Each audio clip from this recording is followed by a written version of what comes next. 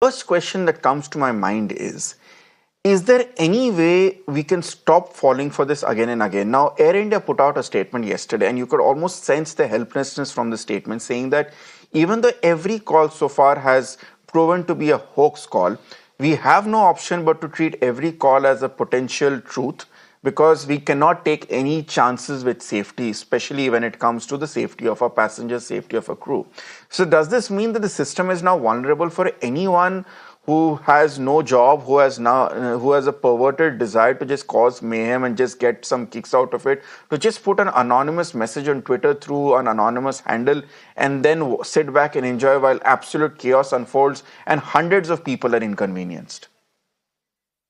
Thanks for having me on your show. Good evening. And I'd like to first point out that, it is the inevitability of aviation, given that we've had such disasters in the past, like you mentioned in the run up to your program, Kanishka, where I lost my entire family incidentally. You had Lockerbie, you had the TW, you had, bombings in the past. There is an SOP for a bomb scare, which every airline in the world follows. Air India is no exception, and they've done the right thing. I can sense their frustration as well. Yeah. I can also, looking at the unprecedented wave we've had in the last 72 hours, 15, threats or hoaxes. There is no alternative. The pilot in command has to divert. They follow, SOP. You sensitize, you sanitize the aircraft, you screen it. That's the inevitability of aviation, like I say. So we are vulnerable. There is no doubt. But I think what we need to do here is revisit the SOPs. The SOPs were created, 30 years ago. And we need to start changing with the times, with the introduction of so many social media platforms. The government, and also remember, like you mentioned, there's a multiplicity of agencies. You have the MHA, you have the MEA, you have the MOCA, you have the DGCA, you have BCAS, you have CISF, and the airlines. Now you have the social media channels. Perhaps the government should take them on board so that to quickly identify and isolate these threats. Like your reporter pointed out, there's one teenager, arrested in Bombay, and there is somebody in Chhattisgarh who's made 7 hoax calls. It's time we start imprisoning these people so that we send the strongest signal and the strongest deterrent so that you do not face any such repetition. Thanks.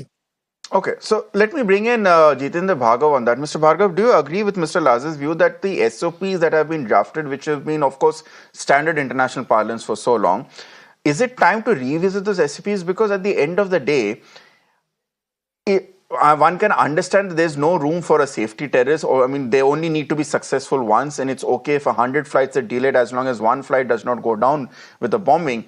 But surely the sheer volume of these prank messages and prank calls that are coming in probably ask the question as to should we look at our SOPs as to whether they can be a bit more streamlined, a bit more up to date to ensure that there is some way of filtering out what seems to be a needless and or very clear fake threat. We need to be very realistic. Airlines operate on zero safety tolerance basis that you can't take a risk. If you get a call, you cannot say that, look, I'm going to continue flying. So there is a very clear SOP, whether it's an old one or a new one, but the reality is no airline would take a chance of continuing to flying once they've got a call that there is something bomb on board a flight or it has a safety risk. Now, that's having said this, the unfortunate part, as we have said, and you've made a reference to Air India being helpless about it, in the statement they made it appear, the reality is yes, because it is not something that is within the control of an airline. Now, we all know that the Ministry of Civil Aviation had a meeting with Ministry of Home Affairs and also with the Parliamentary Committee on day 3. Now, my question has been, when you got a trend of it coming in day 1, day 2, but government ought to have acted faster. And the reality is also that the investigating agencies, this Chhattisgarh juvenile person who's been arrested by Mumbai police and brought to Mumbai.